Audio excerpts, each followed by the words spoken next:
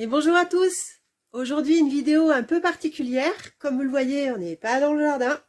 Je vous ai amené dans la maison, dans une pièce annexe, une pièce qui n'est pas chauffée, qui nous sert essentiellement pour le stockage alimentaire. On a les silos à pommes de terre, le congélateur qui est branché ici, et puis surtout, ce qui est derrière moi, les étagères avec toutes les conserves qu'on a pu réaliser grâce aux productions du potager cette année. Allez, je vous emmène voir ça d'un peu plus près. Alors on peut commencer par ce frigo qui ne fonctionne plus, donc il n'est pas branché, mais on l'a gardé et il me sert de rangement. Ici j'ai des bocaux de betteraves. J'avais voulu tester ça quand j'en avais pas mal à récolter pour libérer de la place au potager, et c'est pas mal du tout en fait. L'étage du dessous, ce sont les cardons, donc je vous renvoie à la vidéo que j'avais faite il n'y a pas très longtemps. Ensuite, dessous, alors, dans la portière, bon, ça c'est des petites confitures qu'on a achetées sur une foire aux plantes, des trucs originaux là qu'on voulait goûter. Donc ça c'est pas du fait maison, enfin pas par nous en tout cas. Là ce sont quelques pots de confiture qui restent des années précédentes, qu'on n'a pas encore consommé. Donc là j'ai la gelée de coin par exemple, là du cassis. Ça c'était de la gelée de raisin. Crème de marron, là ce sont des verres de blettes. On aime bien utiliser ça pour faire des tartes avec du fromage de chèvre par exemple. Là ce sont les bocaux de blettes encore, mais les côtes cette fois.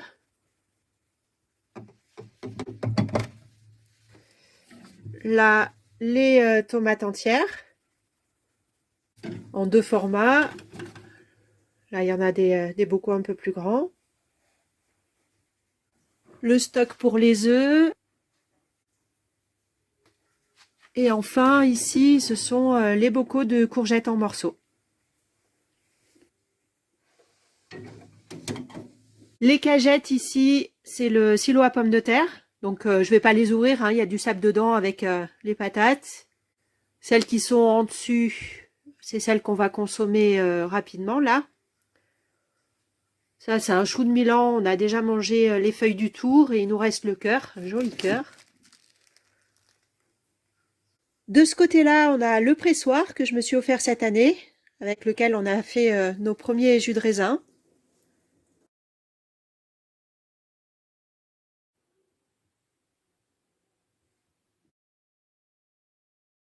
Dans l'étagère ici, les bocaux de réserve essentiellement. Là, j'ai quelques boîtes d'œufs. Il faut aussi de la place pour pouvoir stocker les contenants vides. Dans cet alignement-là, on a plutôt les fruits au sirop et les compotes. Alors, c'est bien que je vous le montre maintenant parce qu'on n'a pas encore commencé à taper dedans, mais ça va pas tarder là. Alors, par exemple, là, j'ai des bocaux de mélange prunes et mûres. On s'en rend pas trop compte comme ça, mais l'étagère est assez profonde. Donc j'ai 5 rangées de 3 bocaux. Là c'est de la mûre toute seule. Des prunes, donc là on en a 12. Des compotes, pommes rhubarbe, pommes fraises, pommes mûres. Les pêches au sirop.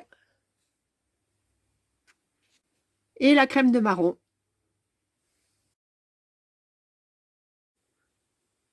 À côté, on a encore des bocaux vides, des petites bouteilles pour les sirops. En dessous, ce sont les fameux jus de raisin. Alors, on en a déjà bu quelques litres, mais il nous reste ça là pour la saison. Les cyclanthères lactofermentés. J'ai pas goûté encore. Quelques petits pots de confiture. Là, j'ai de la mûre, cassis, fruits rouges. Ça, c'est du sirop de sureau. On a testé ça cette année et franchement, dans un kir avec du vin blanc, c'est top. On a vraiment bien aimé. Bon, à côté, les conserves de haricots. J'en ai aussi dans le congélateur, hein, mais j'ai fait 2 méthodes de conservation.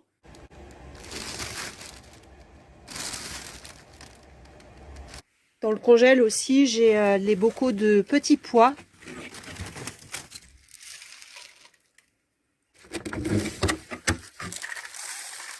Ceux-là, je les stérilise pas généralement. Et puis aussi un stock de courgettes farcies. Alors il a bien diminué parce que j'en emmène à chaque fois que je vais au boulot.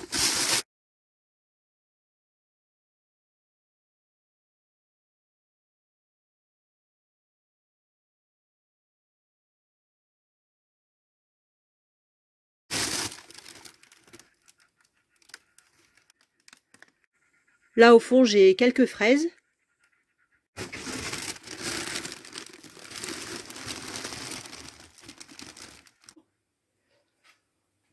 En dessous, les choucroutes. Ça, c'est celle de l'année. Ça, c'est celle de l'année dernière qu'on n'a pas terminée encore.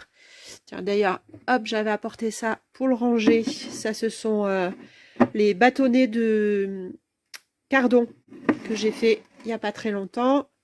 Je vous ferai une vidéo là-dessus aussi. En dessous, là au milieu, des conserves de l'année dernière qu'il faut qu'on termine. Pareil ici. Un petit peu de maïs. Encore quelques pommes. Ça, c'est du troc. Enfin, du troc. C'est une voisine qui m'a donné ça. Pendant la belle saison, moi, je lui donne pas mal de raisins. Et pour l'instant, dit que oui, j'en ai encore pas ici dans le jardin. Donc, on fait des échanges. Quelques châtaignes qui me restent encore, que j'avais pas transformées ni séchées. Je sais pas du tout ce que ça va donner. Les petits oignons roses. Il en reste plus beaucoup. Là, c'est pareil. Suspendu au plafond, la réserve a bien diminué.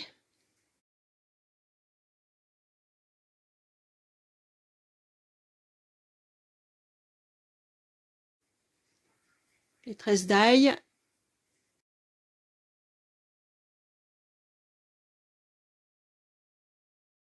Alors, tant qu'on y est, je vous montre le bidon étanche dans lequel on stocke la farine. On l'achète par gros sac de 25 kg.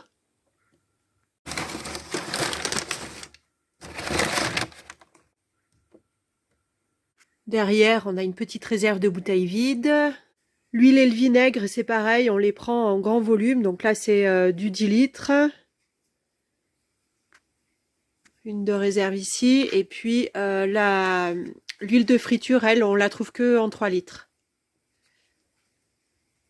Là, ce sont les graines de courge Lady Godiva, la récolte de cette année. Au fond, là-bas, les baies de goji que j'ai fait sécher. Des petits pots de mélange d'herbes de Provence maison que je vais offrir à Noël. En dessous, un test de cette année, des châtaignes séchées en morceaux, plutôt à mettre dans les soupes. Et derrière, un petit peu de maïs qu'on a égrené, enfin que mon fils a égrené, pour faire du popcorn.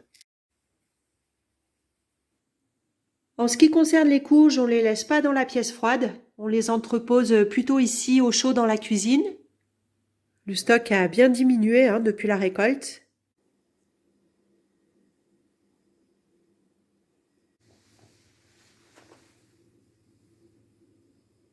En dessous, là, ce sont les noix.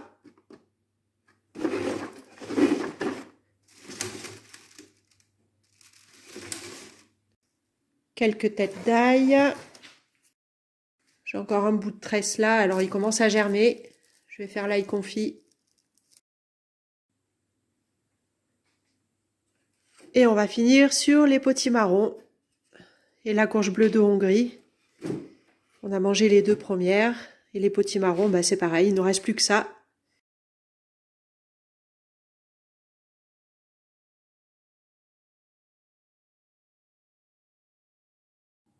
Voilà, je voulais simplement vous présenter notre façon de transformer, conserver et stocker notamment les productions du potager pendant la belle saison. Tout ça pour pouvoir en profiter après pendant l'hiver. Alors, quand on voit ça en rigolant, on pourrait se poser la question de savoir si j'aurais pas un petit côté survivaliste, et je vous laisse vous faire votre propre idée. Mais pour ma part, je trouve que c'est simplement faire preuve d'un peu de bon sens et de prévoyance, et je veux bien concéder être plutôt fourmi que cigale. Mais finalement, pas plus que ce que les gens de l'été, il y a 1 ou 2 générations dans les campagnes. On n'a rien inventé, hein. Moi j'ai toujours vu ma grand-mère avec des pots de crème de marron dans le grenier. Et quand on en a les capacités, à savoir un jardin et un peu de temps pour le faire, eh bien personnellement je trouve que ça serait quand même dommage de s'en priver. Sur ces réflexions, je vais aller emballer mes petits pots d'ail confit que je viens de faire pour pouvoir les offrir à Noël. Et je vous souhaite de passer de bonnes fêtes de fin d'année. À bientôt!